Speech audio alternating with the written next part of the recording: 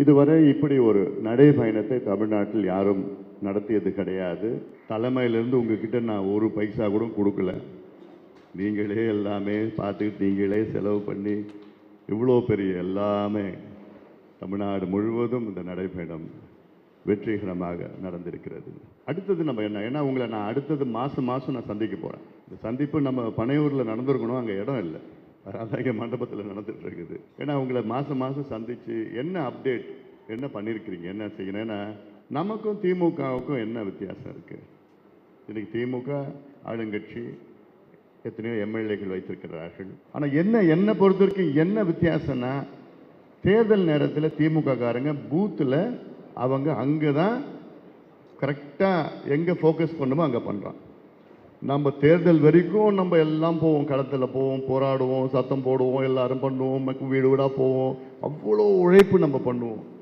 ஆனால் கரெக்டாக அவன் அங்கே மட்டும்தான் ஃபோக்கஸ் பண்ணி, அங்கே மட்டும்தான் கான்சென்ட்ரேட் பண்ணி ஆளுங்களை யாருன்னு பார்ப்பான். அது பிறகு யார் ஓட்டு போடலன்னு அவங்கள கூட்டிகிட்டு வருவான். இதில் தான் நமக்கும் அவங்களுக்கும் கேப் ஆயிடுச்சு. இந்த கேப்பு மட்டும் நம்ம ஃபில் பண்ணிட்டோன்னா நம்ம தான் ஆளுங்கட்சி. ஏன்னா அவ்வளோ நம்மக்கிட்ட இருக்குது, நம்ம உழைப்பு 36 வருஷமாக நம்ம கட்சி எல்லாமே நம்மக்கிட்ட இருக்குது, எல்லாமே நம்மக்கிட்ட இருக்குது. ஆனால் இந்த இடத்துல மட்டும்தான் நமக்கு பெரிய ஒரு கேப் இருக்குது.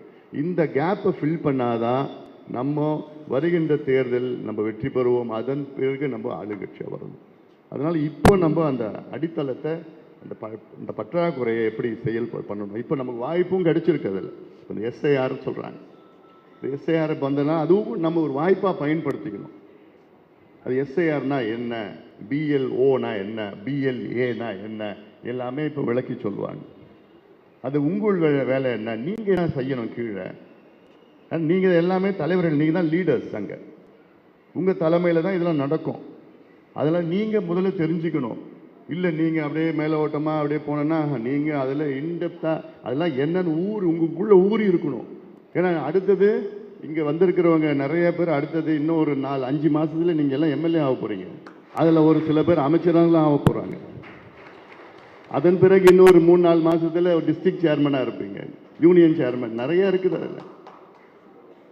அதனால் அதை நீங்கள் தெரிஞ்சுக்கணும். ஏன்னா உங்கள் எலெக்ஷனுக்கு இந்த 100 நாள் நடைபயணத்துக்கு முன்பு என்னுடைய மனநிலையை பற்றி உங்களுக்கு தெரியும், ஓரளவுக்கு தெரியும்.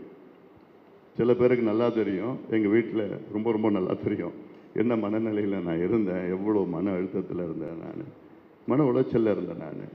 நான் இவ்வளோ காலமாக என் வாழ்க்கை முழுவதும் நான் கட்சிக்கும் ஐயாவுக்கும் உண்மையை தான் நான் உழைச்சிட்டு இருக்கிறேன். இனியும் அப்படி தான் நான் இருக்க போகிறேன். நான் அப்படிப்பட்ட ஒரு சூழலில் இது ஒரு வித்தியாசம், வேறு விதமான ஒரு சூழல் உருவாக்கிடுச்சு.